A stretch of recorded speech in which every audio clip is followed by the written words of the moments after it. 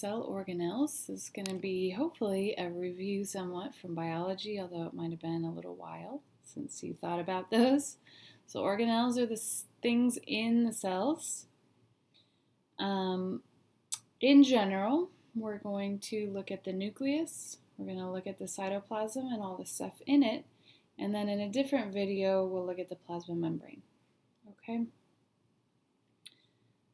So for the nucleus, in biology you probably learned it as the control center for the cell, and that's accurate. If you did that analogy project back in biology, you might have called it the brain of the cell or the boss of the cell. The nucleus does control cellular activities, and it is full of DNA, which is this double helix shape here, if you remember that. DNA is your genetic material that is necessary for all cell reproduction in your body. So that's in the center, and then you have a nuclear envelope that keeps the DNA intact, and then you've got nucleoli, and I've got a picture here for you. If you think back to biology, you might remember that DNA is too big, that double helix is too big to get out of the nucleus, right? So there are some little spots like here, some little pores in the nuclear envelope, but it's too big for DNA. So what your cell does is it makes a copy called RNA, right? And then that mRNA or messenger RNA can leave the nucleus because it is smaller than DNA. Okay, when it leaves the nucleus, then it's going to go to ribosomes, which are these little clear bubble-looking things. And the ribosomes are actually going to read that mRNA and create proteins out of that. And that's very important because almost your entire body is made of protein.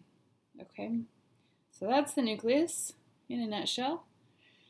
We just talked about ribosomes. Again, they make proteins. They are extremely important. And then the proteins are going to go to the endoplasmic reticulum. You probably learned it as the ER in biology. If you remember rough ER or smooth ER, the rough ER has ribosomes stuck to it, the smooth does not. In both cases, the ER or endoplasmic reticulum is busy processing those proteins and then transporting them. So it'll fold the protein or get it into whatever configuration it needs to be. It'll kind of finish out what the ribosome started, and then it can envelop that protein and transport it to wherever it needs to go. The Golgi apparatus, if you did that cell analogy project, you might have said it was like the UPS or the post office place. So it's packaging and distributing things all over the cell. It's constantly sending things out. Lysosomes are going to envelop and digest things, so they're going to get rid of problems. They're going to get rid of like organelles that stop working will be digested by the lysosomes, or stuff that's not supposed to be in the cell can get digested by the lysosome.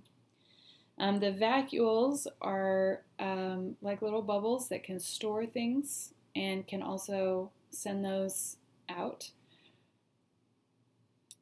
The cell is going to maintain at least some amount of shape, and so that's done by microtubules. I'm sorry, that was too high.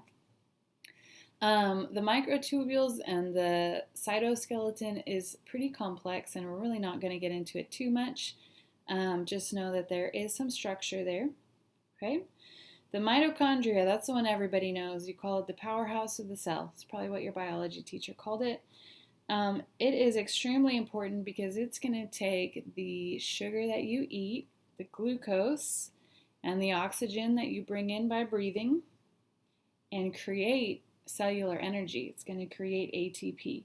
You're going to hear us talk about ATP over and over and over this semester. It's enormously important for your bodily functions.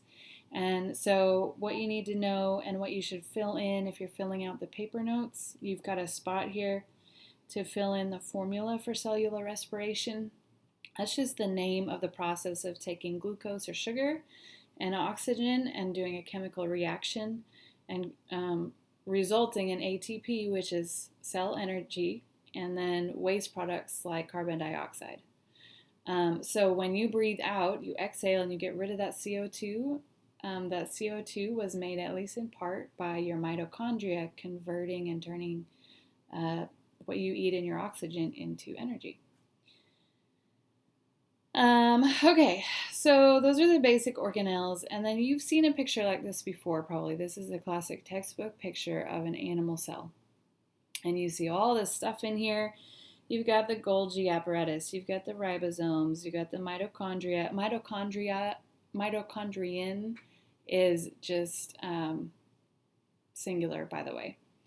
And then we talked about lysosomes, we talked about the cytoskeleton, we talked about the endoplasmic reticulum, the nucleus. There are a couple of other things listed here that we're going to skip by for now. We'll come back to them when we talk about plasma membrane. What you need to know, since we're moving on from your understanding in biology, is that most human body cells don't actually look like this.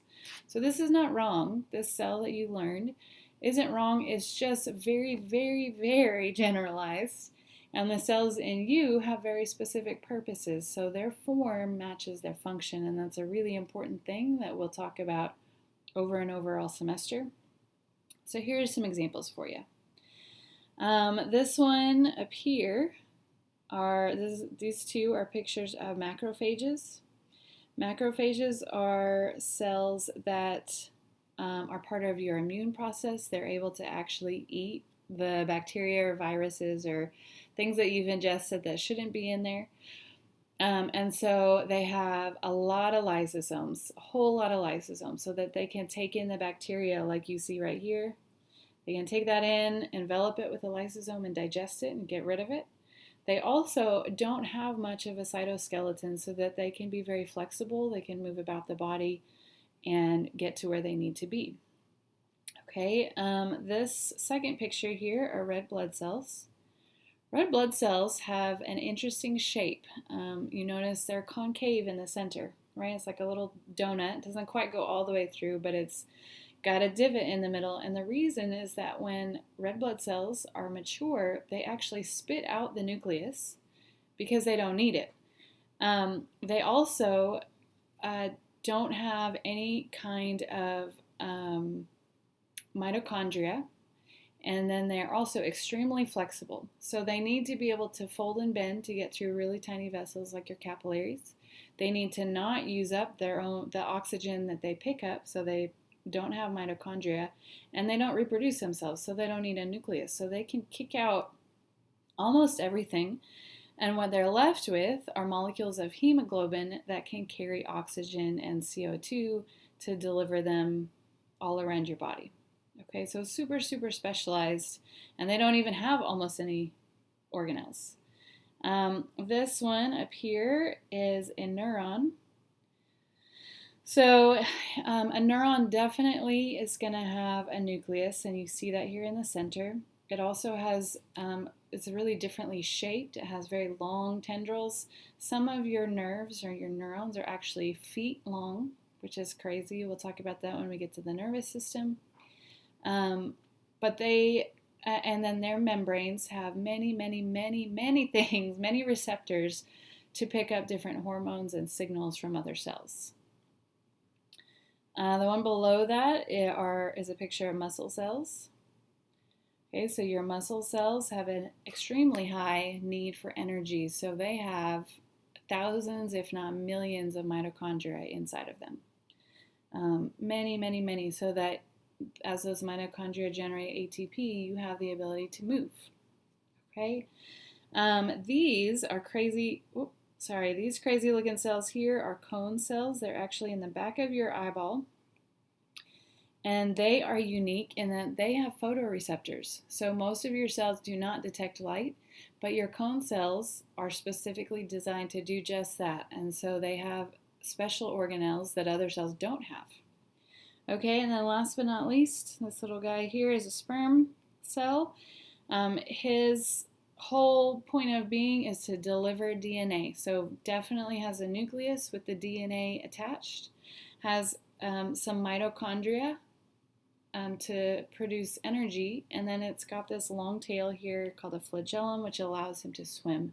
And that's it. It has basically no other organelles because he doesn't need anything else. Okay, so all of these are animal cells. None of those look like this one. So what you have to keep in mind as you learn more and more is that what you know from biology is not wrong. It's just incomplete, and we're going to stretch that. We're going to grow that. The homework today actually is specifically looking at specialized cells and the organelles that allow them to function. So reach out if you have questions, and see you all next time.